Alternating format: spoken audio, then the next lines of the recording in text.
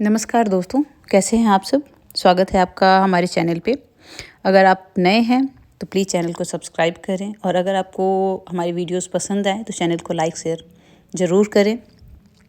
आज हम देखेंगे वो जगह जहाँ रेत पे भी फूल खिलाया जाता है। जी हाँ, मैं बात कर रही हूँ राजस्थान के बीकानेर में स्थित ICAR, जिसकी स्थापना 1993 में हुई थी। इसका फुल नेम है central institute for arid horticulture, केंद्रीय शुष्क बागवानी संस्थान Bikaner. Its area is approx 125 hectare and it is under the close premises of Rajasthan Agriculture Institute Bikaner. Today we get chance to visit this place. So आप video में हमारे साथ अंत तक बने रहें। आज हम जानेंगे कि फूड साइंटिस्ट कैसे और कितनी मेहनत से हमारे फूड्स की जो क्वालिटी है उनको इम्प्रूव करने का प्रयास कर रहे हैं और कैसे इतने बड़े एरिया को वो मेंटेन करवा पाते हैं। मीन्स कि जस्ट इमेजिन कि हम घर पे एक छोटा सा बालकनी में कुछ गमले लगाते हैं and daily one and half hour लग जाते हैं हमें उसे मेंटेन करने में। तो इतना बड़ा एरिया जहाँ पे 350 वेराइटीज़ ऑफ बेर हैं एंड बहुत सारी वेराइटीज़ हैं ऑरेंजेस की। इवन हमने देखा कि एक पेड़ में बड़े छोटे 2-3 तरीके के ऑरेंजेस हैं, डिफरेंट कलर हैं ऑरेंजेस के।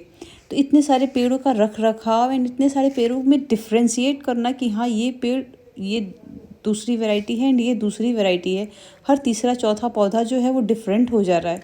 तो कैसे वो इसको इतना मेंटेन कर पाते हैं और क्या क्या है जो हमारी गवर्नमेंट हमारे फूड्स क्वालिटी को इम्प्रूव कराने के लिए करा रही है और कैसे ये साइंटिस्ट कितनी मेहनत करते हैं इस चीज़ को इम्प्रूव करने के लिए। तो ये सब जानेंगे आज हम। जिस साइंटिस्ट से मिलने वाले हैं उनका नाम है डॉक्टर गोरा एंड उन्होंने वर्ल्ड का सबसे मीठा संतरा इन्वेंट किया है। तो चलिए मिलते हैं उनसे के बारे में। ये हमारा केंद्रीय शुष्क बागवानी संस्थान है जो ICAR के अंतर्गत आता है और मैं डॉक्टर जगन सिंह गोरा फूड साइंटिस्ट हूँ। और हम लोग यहाँ पे जितना भी एरिड फ्रूट्स और वेजिटेबल्स है उस पे काम करते हैं। इस समय हम बेर के ब्लॉक में हैं। ये जर्मप्लाज्म ब्लॉक है हमारा, जिसमें 350 वेराइटीज है। और ये जो जर्मप्लाज्म ब्लॉक है ये दुनिया में सबसे बड़ा सेंटर है हमारा, जहाँ पे 350 वेराइटीज विश्व का सबसे हाँ वर्ल्ड्स में हम लीड करते हैं। बेर का जो क्रॉप इम्प्रूवमेंट्स, हमारे ब्रीडिंग प्रोग्राम्स, प्रोडक्शन टेक्नोलॉजी, इन सारी चीज़ों में। इसके अलावा हम दूसरे ब्लॉक्स में जाएंगे, वहाँ पे अनार देखेंगे, खजूर देखेंगे, सिट्रस देखेंगे और बेल है, कार्डिया है, पिलू है, फालसा है। इन सब पे भी हम डिटेल चर्चा करेंगे, बना देंगे। फिर ये 30-35 साल के लिए फिर से हमारे पास कंजर्व हो जाएगा। इसका ऑब्जेक्टिव ये है कि इन फ्यूचर मान लो हमारा क्रॉप ब्रीडिंग प्रोग्राम है जिसमें क्लाइमेट चेंज होता है, तो उसके अकॉर्डिंग उस समय कौन सी वैरायटी फिट होगी तो उसको हम ब्रीडिंग में लाएंगे। आज वो हमारे खाने के पर्पज़ की नहीं है या उसका प्रोडक्शन कम है या टेस्ट अच्छा नहीं है, लेकिन उसमें कुछ वैरायटी टॉलरेंस है या रेजिस्टेंस है, तो हम जो कमर्शियल वन वैरायटी है उसमें हम उसको इंट्रोड्यूस कर सकते हैं तो हाई डाइजेशन पे, ताकि फिर आगे के लिए जो हमारा फ्यूचर प्लान रहेगा जिसमें हम कंटिन्यूस प्रोडक्शन ले सकें और जो पब्लिक है उसके रिक्वायरमेंट है उसको पूरी कर सकें। मेरा पॉइंट ये है कि 350 वैरायटी है हमारे पास, तो क्या ये 350 वैरायटी के सैंपल्स किसी न किसी फार्म में, किसी न किसी मतलब जो लोग इसको प्रोड्यूस करते हैं, बहुत सारे फार्मर्स होते हैं जो इसी बागवानी करते हैं, तो उनके पास आप लोगों ने इनको सैंपल उनको दे दिए कि भाई आप इससे अपना प्रोड्यूस निकालो? नहीं, इसके लिए हम लोग क्या करते हैं, देखिए जर्मप्लाज्म सेंटर अलग होता है और इसमें से कुछ कॉमर्शियल वैरायटियाँ बनती है जो हम म्यूटेशन से, सिलेक्शन से या डाइजेशन से या पॉलीप्लोइडी से या बायोटेक्नोलॉजिकल टूल्स से, तो उसे एक नया वैरायटी बनता है। फिर वो हमारा एक एक्रिक होता है, ऑल इंडिया कोऑर्डिनेटेड प्रोग्राम चलता है एरिड फूड्स का, जिसकी नोडल एजेंसी हमारा इंस्टीट्यूट है। उसके इंडिया में 18 सेंटर हैं।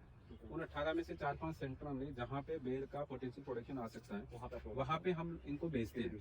फिर वहाँ के डाटा हमारे पास आएंगे 4-5 साल के बाद में, फिर पता लगेगा कि ये जो वैरायटी हमने रिलीज की है या किसी भी इंस्टीट्यूट ने रिलीज की है तो उसका चैनल वही है।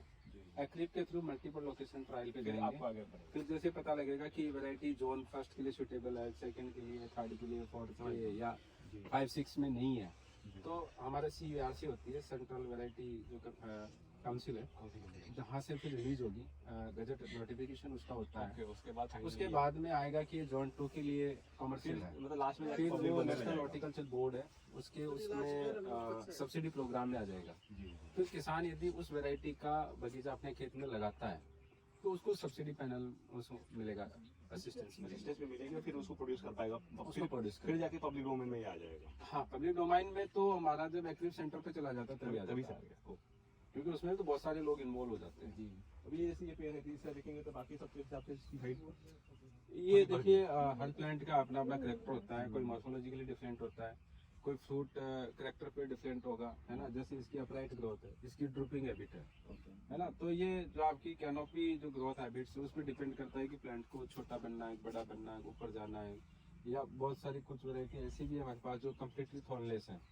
और उसमें से एक वैरायटी का नाम भी थॉर्नलेस ही है ना। जो फर्स्ट टाइम रिपोर्ट हुई उसको थॉर्नलेस के नाम से रिपोर्ट कर दिया।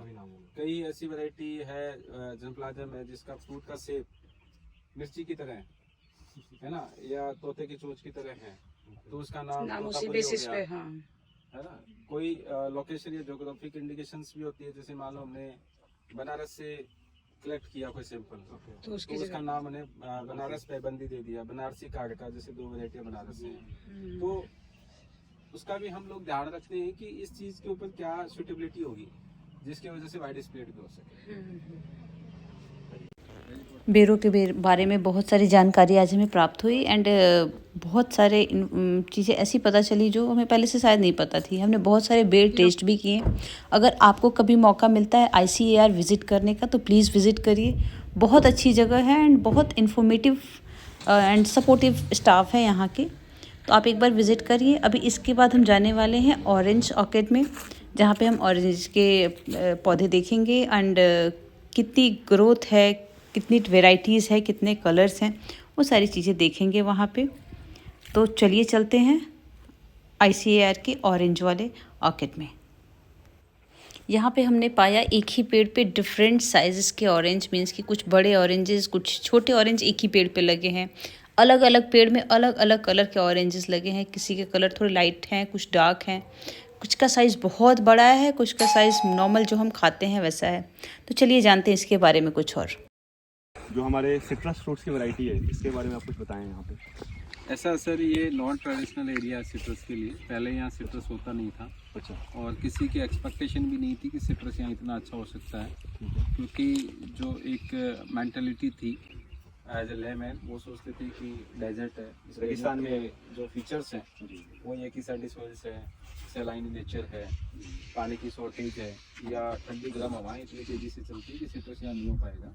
लेकिन जो इसके लिए जो बेसिक रिक्वायरमेंट है वो है गुड क्वालिटी वाटर। जैसे आपका रेन वाटर या उसके इक्विवेलेंट कोई वाटर है जिसका pH न्यूट्रल हो और इसी एक से कम हो। जैसे डिस्टिल वाटर होते हैं कुछ नहीं, डिस्टिल वाटर तो अलग हो गया। ओके, क्योंकि डिस्टिल वाटर में बहुत सारे मिनरल्स आपके पास आउट हो जाते हैं। अच्छा। लेकिन रेन वाटर में एक बैलेंस कंपोजिशन होता है, जो एसिड से न्यूट्रिएंट होता है उनका, उसका PHAC या सैलिनिटी इंडेक्स वो उतनी ज़्यादा नहीं रहती है।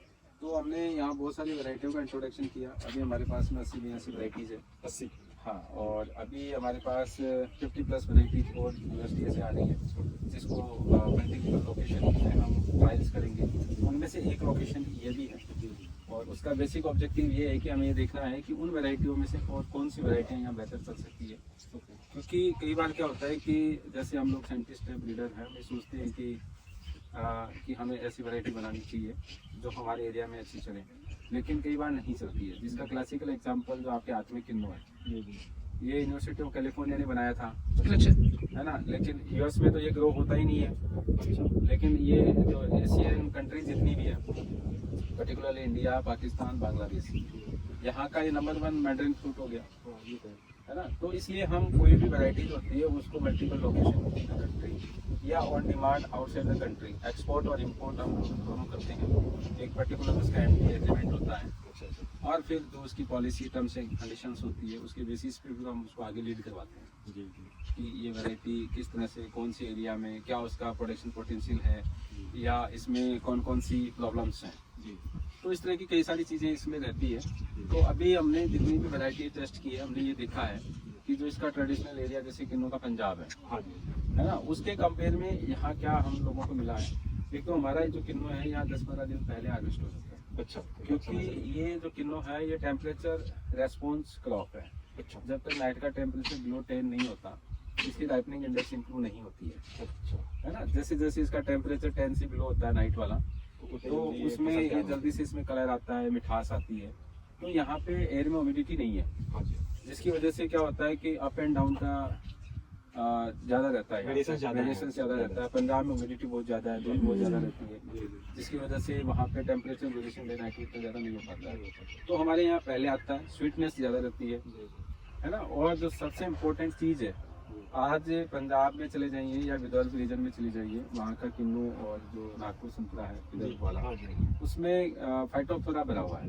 अच्छा, क्योंकि chemicals- नहीं, फाइटोप्थोरा एक फंगल डिजीज है ओके जहाँ सोइल में एक्सेस मॉइस्चर के चलते रह जाता है कुछ लंबे समय तक बारिश में, या जैसे पंजाब में तो स्टेगनेशन की प्रॉब्लम आ रही है, वाटर लॉगिंग कंडीशन हो रही है, तो फाइटोप्थोरा बिल्डअप वहाँ पे हो जाता है और प्लांट्स को धीरे धीरे डिक्लाइन करता जाता है। जी जी। लेकिन हमारे इस डेजर्ट में वाटर होल्डिंग कैपेसिटी बहुत पुअर है, तो जिसकी वजह से पानी यहाँ ठहरता ही नहीं है।